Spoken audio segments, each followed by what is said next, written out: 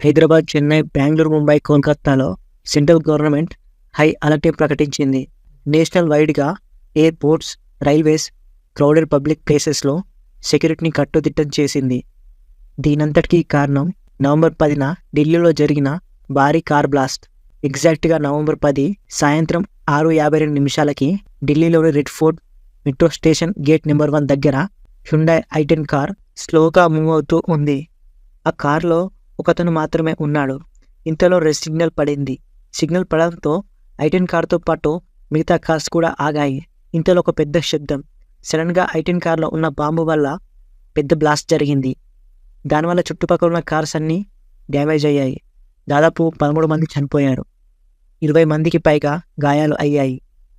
చుట్టుపక్కల ఉన్న చాలా వెహికల్స్ బాగా డ్యామేజ్ అయ్యాయి. సాయంత్రం 6:52 బ్లాస్ట్ జరిగితే 7:29 మంటలు ఆర్పేశారంట. అంటే మంటలు ఆర్పడానికి ఆల్మోస్ట్ 30 నిమిషాలకి పైగా టైం పట్టింది. మీరు గమనిస్తే ఈ బ్లాస్ట్ జరిగింది సాయంత్రం 6:52 అంటే ఈవినింగ్ రష్ ఎక్కువగా ఉండే టైం అది. అండ్ ట్రాఫిక్ కూడా ఎక్కువ ఉంటుంది. At the same time road మీద నడిచే వాళ్ళ సంఖ్య కూడా ఆ టైంలో ఎక్కువగా ఉంటుంది.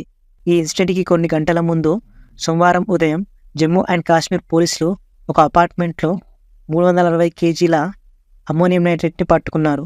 బాంబులు తయారు చేయడానికి అమ్మోనియం నైట్రేట్ అనే కెమికల్ని ఉపయోగిస్తారు. జమ్మూ అండ్ కాశ్మీర్ పోలీసులు ఒక పెద్ద ఆపరేషన్ కండక్ట్ చేశారు. హర్యానా పోలీసుల సహకారంతో హర్యానాలోని ఒక అపార్ట్మెంట్లో 360 kgల అమ్మోనియం నైట్రేట్ని, 2900 kgల బాంబ్ మేకింగ్ మెటీరియల్ని పట్టుకున్నారు. అలాగే వాటితో పాటు 2 వ్యక్తుల్ని కూడా పట్టుకున్నారు. ఒకరి పేరు డాక్టర్ ముజిమ్మల్ అహ్మద్. ఇతను అల్ఫాలా యూనివర్సిటీలో ప్రొఫెసర్గా పనిచేస్తున్నాడు. ఇంకొకరి పేరు డాక్టర్ అదిల్ అహ్మద్. ఇతను జమ్మూ అండ్ కాశ్మీర్లోని పల్వామాలో డాక్టర్గా పనిచేస్తున్నాడు. వీరి దగ్గర కెమికల్స్తో పాటు 2 గన్స్, కొన్ని బుల్లెట్స్ కూడా దొరికాయి. అలాగే 8 large suitcases, 4 small suitcases, 20 timers, 24 remote controls, walkie talkie sets, electronic wiring కూడా దొరికాయి. పోలీసులు దాదాపు 2 వారాల పాటు గస్తీ నిర్వహించి వీళ్ళిద్దరిని పట్టుకొని అరెస్ట్ చేశారు. చాలామంది ఏమన్నారంటే పేదరికం వల్ల జనాలు ఉగ్రవాదం వైపు వెళ్తున్నారని. కానీ ఇప్పుడు దొరికిన వాళ్ళు బాగా చదువుకున్న వాళ్ళు. ఒకరు ప్రొఫెసర్, ఇంకొకరు డాక్టర్. అయినా కూడా ఉగ్రవాదం వైపు వెళ్ళారు. పోలీసుల ఇన్వెస్టిగేషన్లో తెలిసింది ఏంటంటే వీళ్ళని పాకిస్తాన్ నుంచి టెలిగ్రామ్ ద్వారా హ్యాండిల్ చేస్తున్నారని, యూనివర్సిటీ ద్వారా ఫారెన్ నుంచి డబ్బులు పంపిస్తున్నారని తెలిసింది. వీళ్ళిద్దరిని ఇంట్రాగేట్ చేయడం ద్వారా మరో 7 ఉగ్రవాదులను కూడా జమ్మూ అండ్ కాశ్మీర్లో అరెస్ట్ చేశారు. అసలు వీళ్ళు ఏ విధంగా ఇండియాలో ఉన్న వాళ్ళ మైండ్స్ మారుస్తున్నారు? డబ్బుల ఆశ చూపి బ్రెయిన్ వాష్ చేస్తున్నారా అంటే దొరికిన వాళ్ళు డబ్బున్న వాళ్ళే. మరి ఇంకేం ఆశ చూపించి బాంబులు తయారు చేస్తున్నారో అర్థం కావట్లేదు. 2900 kgల బాంబుల మెటీరియల్ అంటే మామూలు విషయం కాదు.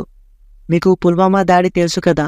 2019లో ఒక ఉగ్రవాది తన వెహికల్లో బాంబు పెట్టుకుని వచ్చి భారత సైనికుల మీద ఆత్మాహుతి దాడి చేశాడు.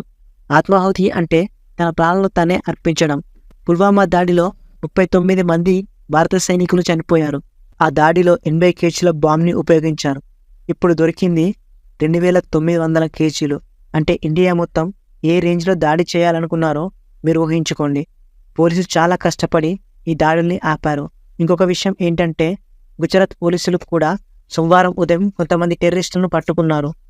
డాక్టర్ అహ్మద్ మొహయ్యుద్దీన్ సయ్యద్ అనే అతన్ని పట్టుకున్నారు. ఇతను కూడా ఒక డాక్టర్. అతని దగ్గర రెజిన్ అనే పాయిజన్ తయారు చేయడానికి అవసరమైన రా మెటీరియల్ దొరికింది.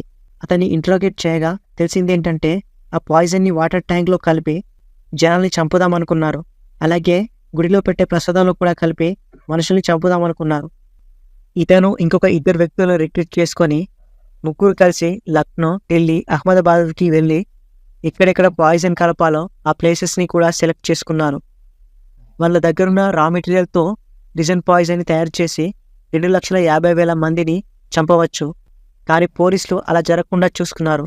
నిజంగా మనం పోలీస్ టీంని అప్రిషియేట్ చేయాలి.